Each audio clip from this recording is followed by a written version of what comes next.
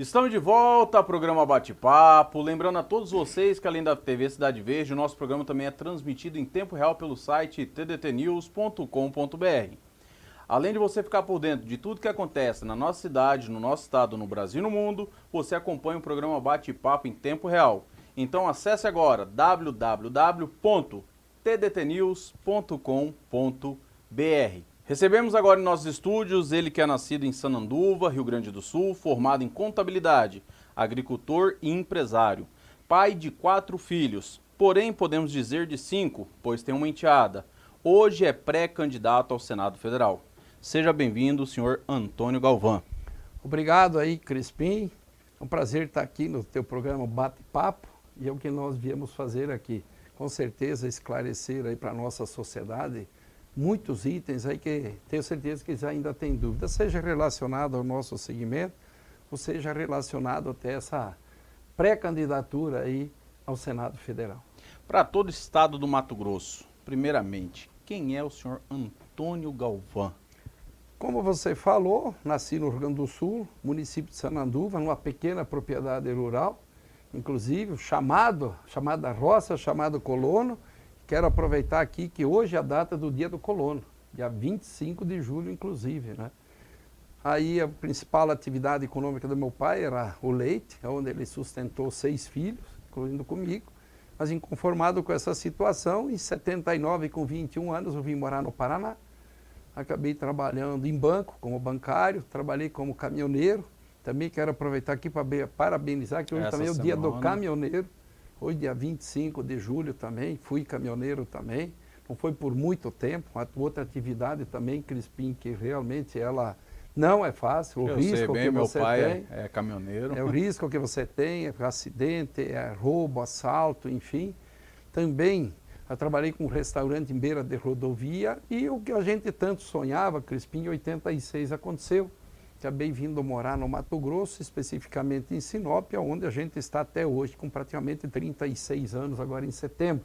Dia 5 de setembro fará 36 anos que eu cheguei em Mato Grosso. Aí acabei voltando para a atividade rural de novo. Por que Mato Grosso? Mato Grosso já naquela época mostrava que já era e seria o celeiro do Brasil. Não era naquele momento, mas mostrava e despontava. A gente, como tem o sangue da atividade rural, tem no sangue, como é que a gente tem um ditado que fala, a gente sai do campo, mas o campo acaba não saindo da gente. Era um sonho de você vir para Mato Grosso e trabalhar na agricultura, trabalhar na atividade agropecuária. Isso acabou acontecendo, né, Crispim? Voltamos novamente para a atividade agropecuária. Em 2005, acabei assumindo o Sindicato Rural de Sinop como presidente.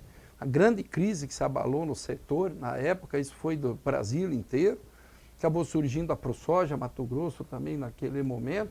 A gente começou a participar também na diretoria da ProSoja, onde veio culminar com a minha presidência na ProSoja Mato Grosso em 2018, 19 e 20, onde eu exerci como presidente a diretoria da ProSoja Mato Grosso. E o ano passado fui indicado, somos 16 ProSojas a níveis nacionais, a nacional, como presidente da ProSoja Nacional. E atualmente sou presidente, só que me licenciei do cargo por conta hoje dessa disputa eleitoral que está aí. Justamente onde eu ia perguntar. O senhor foi presidente do Sindicato Rural de Sinop, diretor da Federação de Agricultura também. E Pecuária do Estado do Mato Grosso, a FAMATO. Isso. E presidente da ProSoja Mato Grosso, em 2021, foi eleito, por aclamação, presidente da ProSoja Brasil, onde representa 16 entidades estaduais até 2024. Sim. Atualmente, o senhor se licenciou com currículo amplo, com cargo nacional. O porquê se candidatar ao Senado Federal? Eu acredito, Crispim, que a gente, principalmente que convive muito dentro do nosso Congresso Nacional, como a nossa entidade ela é sediada dentro de Brasília, onde a gente, todo momento, você está dependendo de A ou de B, sempre tem alguma PL acontecendo, sempre tem alguma PEC, que a PL é um projeto de lei, a PEC seria a mudança da própria Constituição. Constantemente a gente está ali dentro, trabalhando com o deputado A, o senador B, sobre esses assuntos. E a gente vê a tamanha morosidade, a tamanha falta de compromisso com a maior parte dos nossos parlamentares, infelizmente, e coisas tão necessárias do Brasil. E agora que nós pegamos aí um presidente dizer que realmente voltado a extinguir, acabar com a própria corrupção, que a gente via ser era uma coisa endêmica nos governos anteriores, e a falta de responsabilidade do nosso Congresso em relação a essas pautas tanto necessárias que se precisavam para se fazer as mudanças. Vendo um clamor até do nosso próprio presidente Jair Messias Bolsonaro de uma renovação por necessidade do nosso Congresso Nacional. E na grande maioria, porque podemos dizer que são todos os parlamentares que tem esse problema, não. Nós temos lá uns 20%, tanto na Câmara Federal como no próprio Senado, que a gente conhece uma grande parte deles, que são pessoas responsáveis, pessoas que querem o melhor para o país. Mas, infelizmente, aí, Crispim, em torno de 80%, podemos dizer que está lá internamente fazendo jogatina para si próprio, para benefício.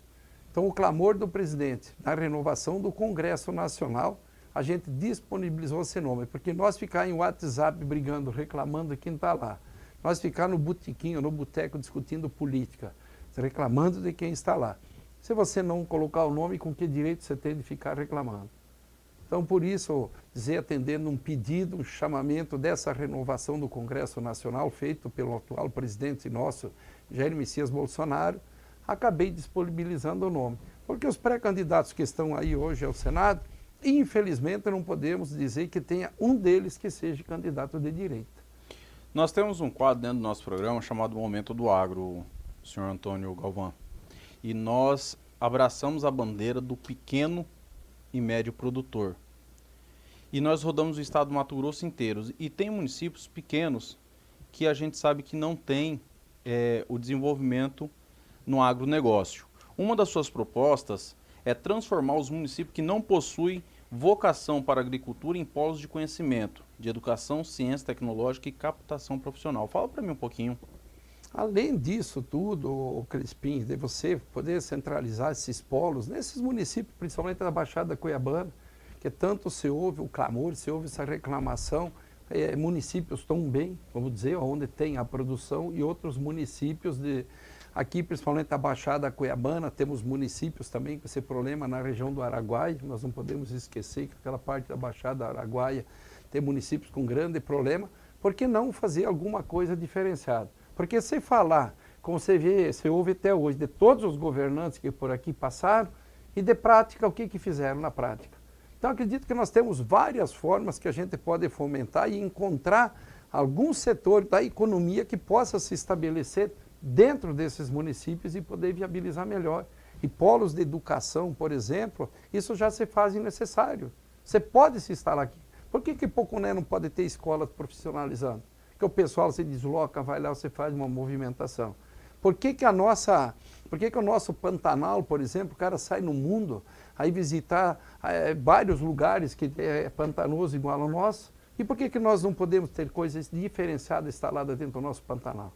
Todo mundo vai alegar a parte ambiental achando que vai acabar o mundo. A Flórida nossa só se desenvolveu nos Estados Unidos. Nossa modo de falar, mas a Flórida nos Estados Unidos só se desenvolveu por quê? Que fizeram um programa de instalação de empresas, indústrias, comércios gigantes, jogatina, inclusive, cassinos, aonde que está instalado o Disney. Senão aquela região é muito mais pantanosa que o nosso Pantanal. Então nós temos que buscar alguma forma de você instalar dentro dessas regiões que nós temos problema, aonde a agricultura ela não consegue se adaptar por várias razões, principalmente por ser região bastante úmida, o solo não ser tão propício para você poder fazer, nós temos que achar um caminho. Parado o discurso, como a gente ouve a todo momento, de vários governantes que já estiveram no poder aqui no nosso Palácio Paiaguás, e realmente colocar na prática. E que a gente, dentro do parlamento brasileiro, você pode ajudar e ajudar muito que isso aconteça. Então, escolas técnicas, dentro de pontos pontuais. Por exemplo, uma indústria, ela quer se instalar, um comércio quer se instalar. Por que você não dá vantagem nos locais onde tem mais dificuldade para ser industrial? Porque se o cara querer se instalar em Sinop, se instalar em Sorriso, aqui Primavera, onde já é polo, por que você está dando vantagem econômica para esse pessoal? E não dá justamente aonde mais se necessita para você poder aí ter o emprego, ter o trabalho que as pessoas tanto necessitam. Porque você veja que hoje no estado, a gente na nossa andança, a maioria deles hoje clama por pessoas para trabalharem. Falta mão de obra. Com a mínima de qualificação, falta mão de obra, falta no comércio, falta na indústria, falta no nosso setor, dizer da agropecuária. Eu já vi outros municípios que clamam por trabalho. O caso específico aqui de Cáceres. Por que aquela ZPE não saiu até hoje? Por quê? Quantos anos se fala em cima daquela ZPE? Ou por que aquela hidrovia não está liberada hoje e ela está funcionando, que ela fomenta aquela região inteira? As indústrias vão se instalar dentro, tem as vantagens, os benefícios para exportação e parte para o mercado interno, e aquela ZPE não sai do papel. Cáceres hoje, o que a gente deparou lá, tem menos população do que tinha 10 anos atrás, 15 anos atrás, daí. Ou por que a população está saindo de lá? Porque não existe um programa, dizer, aonde você possa fomentar que a economia daquele município cresça e trazer profissão para aquelas pessoas que lá estão. Tem que oferecer esse trabalho mais sério dentro das escolas para você justamente trazer e melhorar o padrão econômico dessas pessoas, melhorar o IDH da cidade. Você veja outras cidades, como eu já citei aqui, por si só elas se alavancam e vão. Agora, esses municípios precisam de um programa diferenciado para eles poderem também se alavancar e as pessoas que estão lá morarem, terem dizer, uma vida melhor, dizer, econômica, porque queira ou não queira, Crispim, todo mundo tem uma atividade, a atividade econômica dela para melhorar o padrão de vida. Sim. Então tem que se ter alguma coisa de diferente. E penso que essas regiões têm como fazer.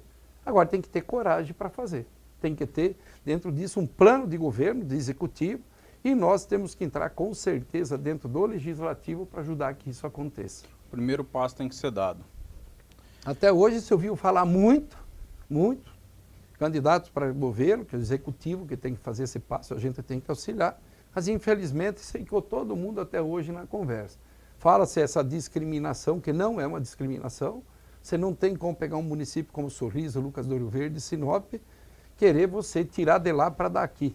Você tem que fazer com que aqui tenha também o seu polo econômico, achar o que se adapta dentro desses municípios e fazer a pessoa dar vantagem econômica para o industrial ou para o comerciante ou para qualquer atividade, seja ela de escola, para se instalar ali. Aqui vocês têm ajuda aqui do governo A, B ou C. Ou seja, fica 10 anos lá trabalhando sem você cobrar imposto, sem pagar imposto. Porque se você não tem a indústria, tem uma passagem já antiga do falecido Dante de Oliveira, que a turma já queria taxar o algodão quando começou a plantar aqui no Mato Grosso, que ele foi contrário. Dizer o que adianta, o que é cobrar 100% de uma coisa que não existe. Então não te resolve, você tem que deixar crescer, você tem que deixar ela se emancipar, que é igual uma criança. O que você faz para uma criança quando ela começa a andar? Você estende a mão para ela, para auxiliar ela a dar os primeiros passos, começar a pegar um rumo. A mesma coisa tem que ser feito também com empresas de um modo geral, mas nas regiões que realmente precisa se mudar a questão econômica do município. Certo.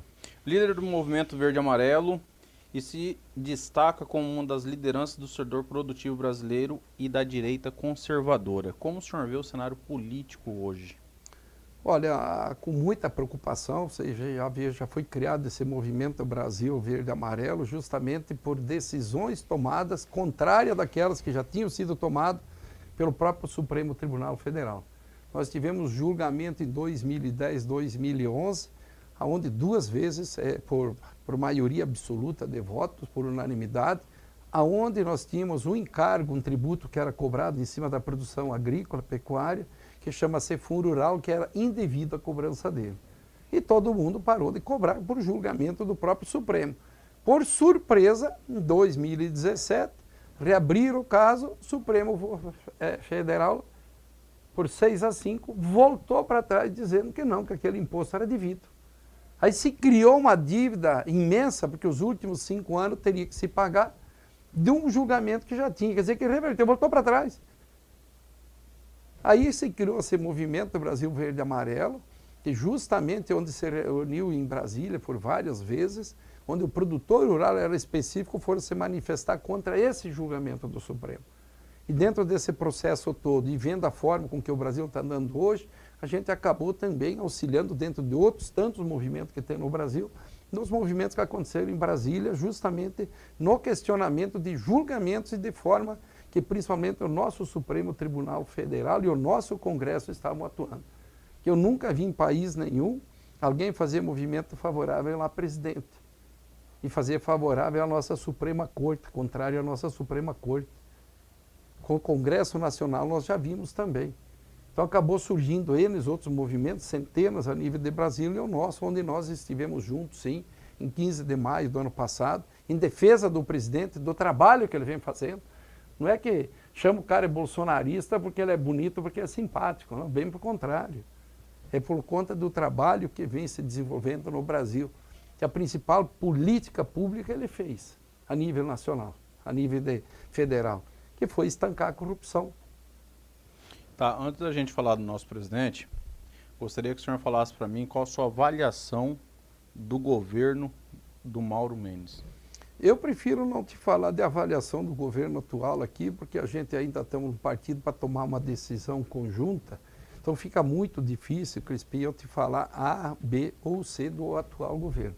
A gente não está junto nessa eleição, então eu te falar alguma coisa aqui, eu acredito que eu vou ser repreendido dentro do próprio partido. Então a gente está esperando que o partido tome uma decisão conjunta sobre essa situação. Certo. E uma avaliação do governo do presidente Jair Messias Bolsonaro. Qual avaliação o senhor daria nesses 3 anos e meio? Hoje, o que eu posso te falar, como eu já vinha te falando antes, justamente a gente tem feito e tem apoiado esses manifestos que foram feitos, porque não acredito que tenhamos, no menos na longa vida minha, mesmo na época onde nós tínhamos os militares nos poderes, que tivessem tido um governo tão sério e tão comprometido com o povo brasileiro. Que o resultado desses 3 anos e meio está aí. Eles tentaram se acusar várias vezes, fazer CPI, acusação até de desvio de recurso, ninguém conseguiu provar nada. Uma pessoa que ficou 28 anos dentro da Câmara Federal, como deputado federal, são 7 mandatos, não conseguiram achar nada de qualquer, indício que ele tivesse participado de alguma coisa errada. É um exemplo de parlamentar e está sendo um exemplo de presidente. Porque a corrupção a nível nacional, podemos dizer que ela está estancada. Agora nós temos a obrigação dos nossos governadores e nossos prefeitos disso vir até aqui.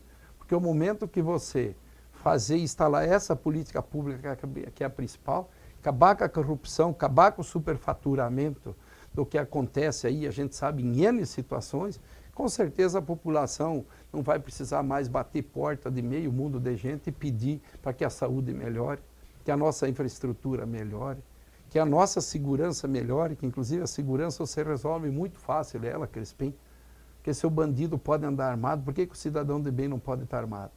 Por que você não pode facilitar para o cidadão de bem que não tem ficha corrida, ter uma arma na casa dele, ou ter uma arma na sua propriedade para fazer defesa? Mesmo hoje, estando aprovada, a burocracia ainda é muito grande para o cidadão de bem ter essa arma. Porque você tem que colocar dúvida no bandido, é no ladrão, no safado, que se aproveita, claro, o câmbio negro comprar uma arma, que para ele não faz diferença. Se pegar ele armado ou não pegar dentro de um crime, ele vai ser preso igual. E aí cria uma dificuldade para o cidadão de bem. Então o que nós podemos dizer? Que podemos melhorar e muito a nossa questão de escolas hoje também.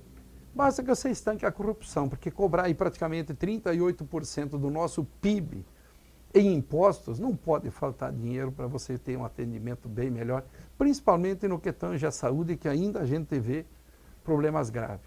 Então tem dinheiro de sobra sim, a única coisa que tem que parar é com a roubalheira que existia. A nível do governo federal existia, a nível de estado e a nível de municípios a gente ainda vê muita denúncia sobre essa situação e que continua. Certo, estamos na retinha final do mês de julho, virando o mês, já vai se encerrar todas as convenções, e aí eu faço questão que o senhor venha aqui já como candidato, para o senhor me responder a pergunta da avaliação do governador. Tá? Com certeza, Crispim, a decisão ser tomada pelo partido em relação a essa situação, a gente vai respeitar. Não, então, tranquilo. Então não vou tomar uma decisão, né, por conta disso. Senhor Antônio, nosso tempinho ele é curto. A câmera de cá, primeirinha, está fechadinha no senhor. O estado do Mato Grosso inteiro nos assiste. Gostaria que o senhor deixasse suas considerações finais, mandasse um abraço para a família e para todos os mato-grossenses. Bom, primeiramente eu queria agradecer essa oportunidade, Crispim, acho que é um bate-papo realmente que nós estamos fazendo aqui, e queria pedir encarecidamente à população, não só do Mato Grosso, que eu sei que o programa vai a nível de Brasil, você pode assistir, que exerçam o direito que você tem sobre a questão, do direito do voto. Não fique em casa reclamando de quem já está lá eleito e não vai sair de lá, no mínimo que seja para mudá-lo, essas pessoas que estão lá. Então vejo que é um direito que o cidadão tem, é o direito mais sagrado. Se não está bom com A, coloca o B. Daqui 4 anos tem eleição de novo. Se o B não deu certo, coloca o C. Então vamos exercer esse direito. E para me acompanhar melhor aí sobre os trabalhos que a gente fez, o que vem fazendo, temos todas as nossas redes sociais, Antônio Galvão, tanto Facebook como Instagram, enfim. O que você tiver de vontade de saber da vida da gente, está lá com certeza para você poder acessar, e faço questão que vocês acessem. Assim como todos os outros pré-candidatos, antes de tomar a decisão do voto, consulta a vida dele, veja o passado dele, porque o passado dele vai se espelhar para o futuro.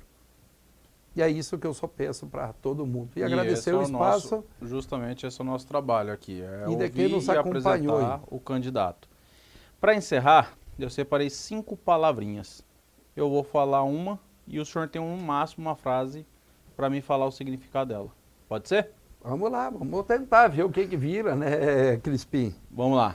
Política. Tem que ter mais seriedade de quem estiver lá dentro. Um sonho. O sonho é ver o nosso Brasil realmente com a democracia que o povo merece. Saúde.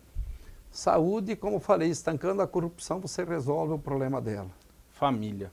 Família é o princípio de tudo, não tem o que discutir em cima dela. E Deus. Deus a gente tem que se respeitar porque é o ser supremo, quando a gente aprendeu que ele existe, tem. Então isso é o grande respeito que tem que ser dado por todo mundo para essa palavra Deus. Para encerrar, vou fazer mais uma pergunta. O que é a vida? É tudo. Que é sem ela? A vida é tudo. Só aprenda a viver ela. Muito obrigado. Que Deus abençoe. Aqui. Obrigado você também, Crispim, pela oportunidade. Nós vamos para um breve intervalo e já voltamos.